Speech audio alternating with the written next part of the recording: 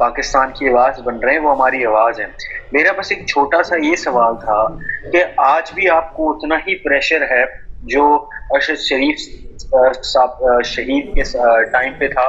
या मैं बस एक बड़ा एक बेसिक सवाल पूछना चाहता था, अगर आप बता सकें कि क्या आज भी वही प्रेशर है या प्रेशर्स थोड़े से कम हुए हैं आप लोगों के ऊपर, क्योंकि आप हमारे वॉरियर्स हैं, आप हमें सच बताएंगे और हम इसी तरीके से आपकी आवाज़ बनेंगे जैसे आप हमारे। जी भाई, आप बस मैं इस पे भाई अगर आप जी बस मैं इस पे ये कहूँगा कि कोई कॉल नहीं आ रही, कोई मैसेज नहीं आ रहा, कोई दबाव नहीं आ रहा, और ये एक पॉजिटिव चीज़ है और अल्लाह करे कि चीज़ें इसी तरह आगे बढ़ें। तो मैं बस अब इजाज़त चाहूँगा, फिर इंशाल्लाह किसी दिन करेंगे, क्योंकि मैं दोस्त बैठे हुए हैं और बहुत ऑलरेडी जो है ना वो उनको इंतज़ार करवा लिया है। तो काइंडली हम फिर किसी दिन इंशाल्लाह करेंगे स्पेस। चले, thank you so much Siddique भाई आपके आने का और आपका इतना ब्रीफली लोगों को बताने का सारी चीज़ों का। हाँ जी बहुत शुक्रिया जी, बहुत शुक्रिया, और माजरत मैं जिनके सवालात नहीं ले सका, फिर किसी दिन इंशाल्लाह करेंगे तफसील से। तो इंशाल्लाह फिर तेज़ी से डेवलपमेंट्स हो रही हैं। MQM का आप देख रहे होंगे कि MQM जो है वो उनको पता है कि इस वक्त जो सूरत हाल है, क्योंकि इस वक्त जब हम बात कर रहे हैं तो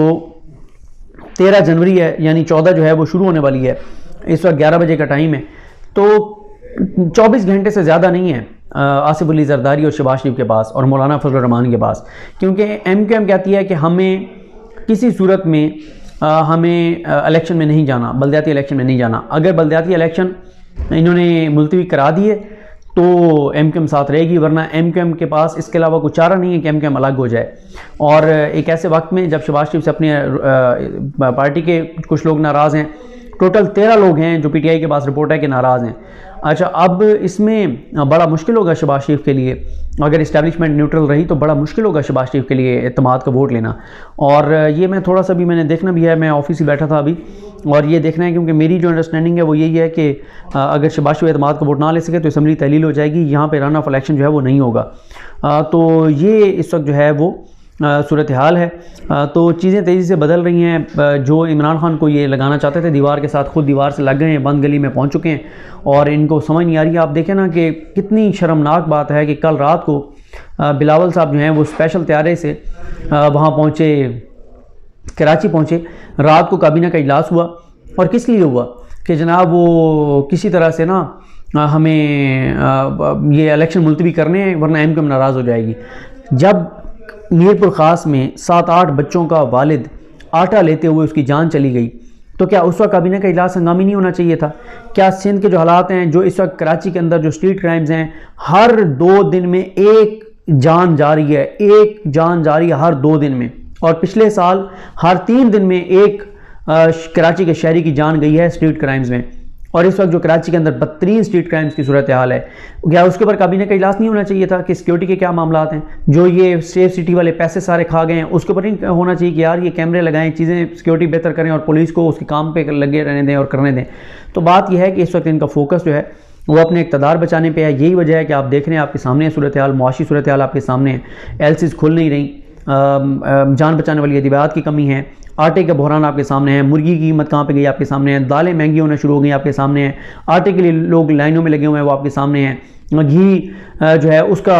जो है वो ऑयल का बहरान खड़ा होने जा रहा है, जो ये पेट्रोल और डीज़ल का बहरान खड़ा होने जा रहा है, उसमें इन्होंने बिजली मज़ीद महंगी करनी है, इन्होंने पेट्रोल और डीज़ल मज़ीद महंगा करना है। कोई एक सुख की खबर, कोई अच्छी खबर, कोई पॉजिटिव खबर पाकिस्तान के लिए नहीं आ रही। तो इस सारी सूरत हाल में एक आप देखें जो सर्वेज आ रहे हैं कि 62% नौजवान जो हैं वो मुल्क छोड़ के जाना चाहते हैं, और 62% नौजवान चाहते हैं कि हम किसी तरह से पाकिस्तान छोड़ के चले जाएं। और लोग देखें, मैं कई ऐसे लोगों को जानता हूं जो पाकिस्तान जैसे होता है कि क्योंकि स्पेस में भी बहुत से ओवरसीज़ पाकिस्तानी हैं, सारी उम्र मेहनत करते हैं, फिर एक वक्त आता है कि कहते हैं यार अपने मुल्क चले जाएँ, अपने ख़ानदान के पास, अपनी फैमिली के पास चले जाएँ। जो लोग यहाँ आए थे सब कुछ वहाँ बेच के वो अब दोबारा बाहर जो है वो जा रहे हैं। और मेरे लिए बड़ा शॉकिंग था कि मैं एक ऐसी एक शख्सियत को जानता हूँ जो बड़ा लोगों को मोटिवेट किया करते थे कि नहीं पाकिस्तान हमारा मुल्क है, ये हमारा वतन है, इसको छोड़ कर नहीं जाना, आप बस यहाँ पे ये करें, चीज़ें बेहतर हो जाएंगी। तो मेरे एक दोस्त बता रहे थे कि मैं उनसे मिला और उन्होंने मुझे 15 मिनट लेक्चर दिया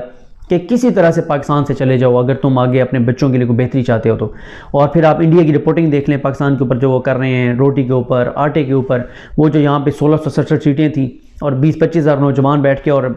एग्ज़ाम दे रहे थे, और वो बेचारे 20-25 हज़ार तो पेपर दे रहे थे, उनमें से किसको सीटें मिलनी है? सीटें तो वही हैं जो पहले तय हो जाता है कि किसको क्या कोटा मिलेगा। तो बहुत ही ज़्यादा हालात मायूस कुन हैं, अंधेरे ही अंधेरा नज़र आ रहा है, कोई होप नज़र नहीं आ रही, कोई चीज़ें बेहतरी की तरफ जाती हुई नज़र नहीं आ रही। तो बहरहाल देखें अब कब तक मुल्क ये इस सूरत हाल से गुज़रता रहेगा। अब तो कोई और तो होप नहीं है, बस वो एक दुआ ही है कि बस अल्लाह ताला से दुआ की जाए कि अल्लाह ताला रहम करे हमारे मुल्क के ऊपर, वरना हालात तो इस वक्त बहुत ही गंभीर हैं। और मैं हवाला दे चुका हूँ अपने कुछ प्रोग्राम्स में, मैं तो ये बात शायद कभी भी ना कहता, लेकिन माहिर मुआशियात हैं डॉक्टर ज़ुबैर साहब, उन्होंने ARY पे बैठ के ये बात की कि पाकिस्तान की सलामती जो है वो इस वक्त शदीद ख़तरे में है, पाकिस्तान की बका इस वक्त शदीद ख़तरे में। इस नहज पे मुल्क को ये 13 जमातें ले आई हैं, क्योंकि उनका मकसद जो है वो आवाम तो थे ही नहीं, उनका मकसद मुल्क तो था ही नहीं, उनका मकसद सारे का सारा अपनी करप्शन थी, लूट मार थी, वो उन्होंने की है। उन्होंने आके NRO लिया, 1100 अरब के केसेस माफ़ करवाए, उन्होंने आके अपने लोगों के नाम ECL से निकाले, उन्होंने आके मरीम नवाज़ को पासपोर्ट दिया, मरीम को बरी करवाया, कैप्टन सफदर को बरी करवाया, शबाश को बरी करवाया, हमजा शहबाज को बरी करवाया, सलमान शहबाज को वापस बुलाया, इसाक डार को वापस लाए, और ये सारे उन्होंने काम किया। ओवरसीज़ पाकिस्तानियों का वोट ख़त्म किया, EVM ख़त्म किया, हर वो चीज़ जो उनके इक़्तिदार के लिए थी, उनकी ज़ात के लिए थी, इनकी करप्शन के लिए थी, इनकी लूट मार के लिए थी, हर वो काम इन्होंने किया है। लेकिन अगर इन्होंने नहीं किया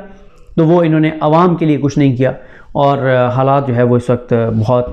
गंभीर हैं और सूरत हाल आपके सामने है। तो मैंने कोशिश की है कि मैं इस वक्त जो मौजूदा हालात और सूरत हाल है, हाँ एक सवाल बहुत ज़्यादा लोगों का है, मैं पहले उसको एड्रेस कर देता हूँ इस्टेब्लिशमेंट के हवाले से। देखें इस्टेब्लिशमेंट के हवाले से ये भी बड़ा सवाल था, PTI के बहुत खदशात थे कि इस्टेब्लिशमेंट जो है वो कुछ लोगों को अप्रोच कर रही है, जो ये पंजाब में जो वोट ऑफ कॉन्फिडेंस है इसके ऊपर। मैं आपको आपके सामने अपना एनालिसिस रख देता हूँ, और मेरा एनालिसिस ये है कि इस्टेब्लिशमेंट ने उस तरह से वोट ऑफ कॉन्फिडेंस में नाकामी, PTI की नाकामी के लिए वो ज़ोर नहीं लगाया। हाँ PTI अभी तारीफ़ नहीं करेगी, नए चीफ़ की तारीफ़ इसलिए PTI नहीं करेगी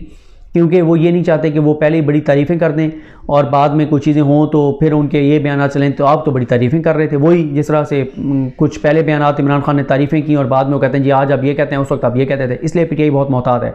वरना देखें सो जो 5 लोटे बने हैं उनमें से 3 तो पहले ही लोटे थे, यानी एक दोस्त मज़ारी, एक चौधरी वो मसूद जो हैं, और एक ये खुरम लगारी, ये भी लोटा ही था। इसने पैसे लेके और परवेज़ लाई को वोट दिया था, चौधरी परवेज़ लाई को। इसने 2 गाड़ियाँ ली थी और पैसे लिए थे, दुबई गए, दुबई जाके रहे, वहाँ जहाँ रहे वहाँ रहायश के सारे खर्चे इनसे लिए। तो ये पहले लोटे थे, ये बस इन्होंने किसी तरह से वोट डाल दिया था, लेकिन ये पहले से लोटे थे। और उनके और कुछ पर्सनल चीज़ें हैं, उनमें मैं नहीं जाना चाहता, वो हर एक बंदे का अपना एक पर्सनल मैटर है, किस तरह का उनका चीज़ें हैं, क्या चल रही हैं। तो ये 3 हो गए। चौथी जो मोमना वहीद हैं, उनके हवाले से PTI ये दावा करती है कि उन्होंने सखर में जाके पैसे लिए हैं, और कुछ PTI को ये भी है कि उनका कोई फैमिली का कुछ बैकग्राउंड और वो चीज़ें कुछ इस्टेब्लिशमेंट के मतलब किरदार से हैं, तो इस तरह की चीज़ें भी हैं कि जी शायद उन्होंने किया हो। और एक है वो जो चीमा साहब हैं सरगोदा वाले, जिनकी वजाहत भी आई है, उस पर PTI सरप्राइज़ थी कि ये इसने क्या किया है। तो बाकी अगर वो ज़ोर लगाते बतौर इदारा तो बंदे से ज़्यादा टूट जाते, मेरा ये ख्याल है। तो मेरा नहीं ख्याल कि उन्होंने उस तरह से जोर लगाया। अगर किसी ने इनफरादी तौर पे किया है तो वो फवाद चौधरी पहले मुतालबा कर चुके हैं कि आर्मी चीफ जो है इस हवाले से कोई तहकीकात करवाएं। और बाकी जो है वो इस वक्त इस्टेब्लिशमेंट के लिए भी हालात और सूरत हाल ये है कि वो इस हुकूमत को चलाएँ तो कब तक चलाएँ, जिनसे ना मुशत चल रही है, ना मुल्क चल रहा है, ना आवाम संभल रही है। इसाक डार के ख़िलाफ़ पार्टी के अंदर लोग खड़े हो गए हैं कि ये जो कर रहा है लोग तो हमारे गिरबानों तक आ जाएंगे। तो मिफ्ता इस्माइल के बयान सुन रहे हैं। तो इसलिए मेरा ये ख्याल है कि ये सऊदी अरब का जो दौरा हुआ है उसके बाद, क्योंकि हम एक्सपेक्ट कर रहे थे कि जब आर्मी चीफ जाएंगे तो $3 अरब फ़ौरन हमें मिल जाएगा, लेकिन वो हमें नहीं मिला और कहीं और से भी वो नहीं हुआ। फिर इसी तरह से आप देखें कि डोनर कॉन्फ्रेंस में जो कमिटमेंट्स हुई हैं वो भी कर्जा है 3 से 5 साल में, प्रोजेक्ट्स हैं उसके उन्होंने पैसे देने हैं, और 2 कर्जे तो वो पहले से अनाउंस थे, ये दोबारा अनाउंस करवाए गए। तो क्योंकि मुल्क नहीं चल रहा तो इस्टेब्लिशमेंट अगर न्यूट्रल ना भी रहना चाहे तो बड़ा मसला है इस्टेब्लिशमेंट के लिए कि इस्टेब्लिशमेंट कब तक इन 13 जमातों को सपोर्ट करे जिन्होंने मुल्क को उस नहज पर ला खड़ा किया है कि आज TV पे ओपनली बैठ के बातें होती हैं कि पाकिस्तान की बका खुदा न खास्ता जो है वो ख़तरे में। तो हालात ये हैं। तो मैं अब ये रिक्वेस्ट करूँगा कि मैंने पहले रिक्वेस्ट की थी कि क्योंकि मैं ऑफ़िस में हूँ, चीज़ें काफ़ी चल रही हैं, मैं काफ़ी अर्से छुट्टियाँ करके आया हूँ ऑफ़िस में, मामलात काफ़ी सारे यहाँ पे हैं, तो मेरी रिक्वेस्ट होगी कि एक आध कोई सवाल है तो वो कर लें, ताकि उसके बाद मैं इजाज़त चाहूँगा।